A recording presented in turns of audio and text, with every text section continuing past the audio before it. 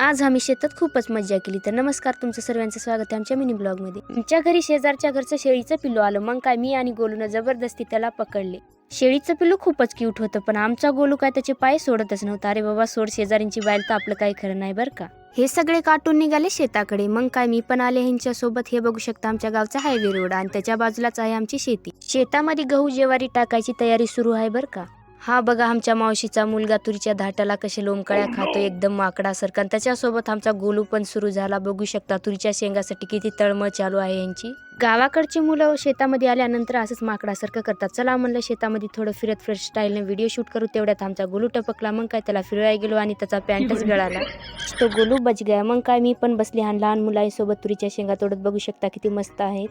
शेतात फिरायला मस्त वाटतं, पण काम करणाऱ्याची हालत बघू शकता. तर मामा दांड पाडत आहेत गहू टाकण्यासाठी. हा बघा आमचा गोलू बसलाय कापसाच्या बोंडावरी मालकासारखं.